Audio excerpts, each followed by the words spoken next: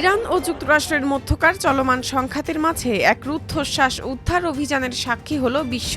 ইরানে ভূপাতিত হওয়া মার্কিন যুদ্ধ বিমানের নিখোঁজ ক্রু সদস্যকে উদ্ধার করেছে যুক্তরাষ্ট্রের সামরিক বাহিনী।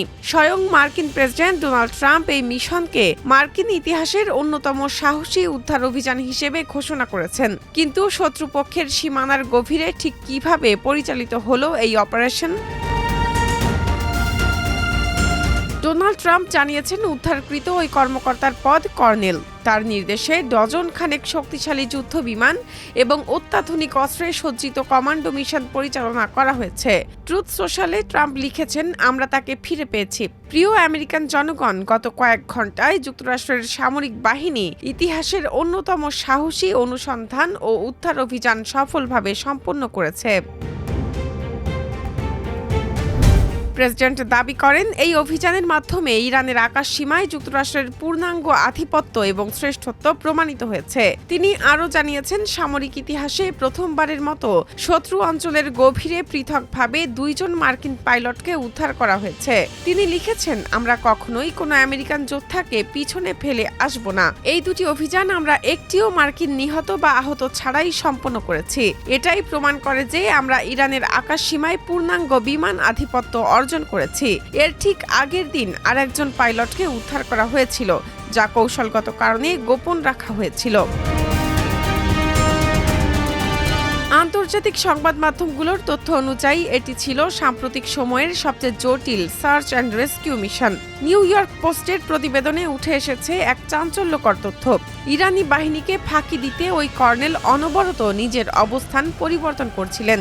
অন্যদিকে সিআইএ শুরু করে এক বিশাল মিস ইনফরমেশন ক্যাম্পেইন। ইরানের ভেতরে ভুল তথ্য ছড়িয়ে দেওয়া হয় যে ওই কর্মকর্তাকে আগেই উদ্ধার করা হয়েছে। অ্যাক্সিওসের তথ্য মতে এই বিভ্রান্তিতে পড়ে ইরানি বাহিনীর অনুসন্ধান প্রচেষ্টা থমকে যায়।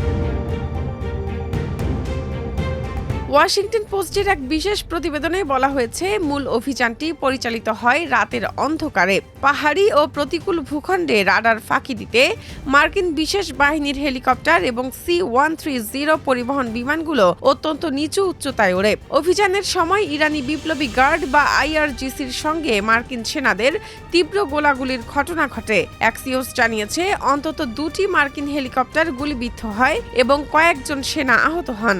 শত প্রতিকূলতা পেরিয়ে শেষ পর্যন্ত ওই ক্রু সদস্যকে ইরানের সীমানার বাইরে নিয়ে আসতে সক্ষম হয় মার্কিন কমান্ডোরা।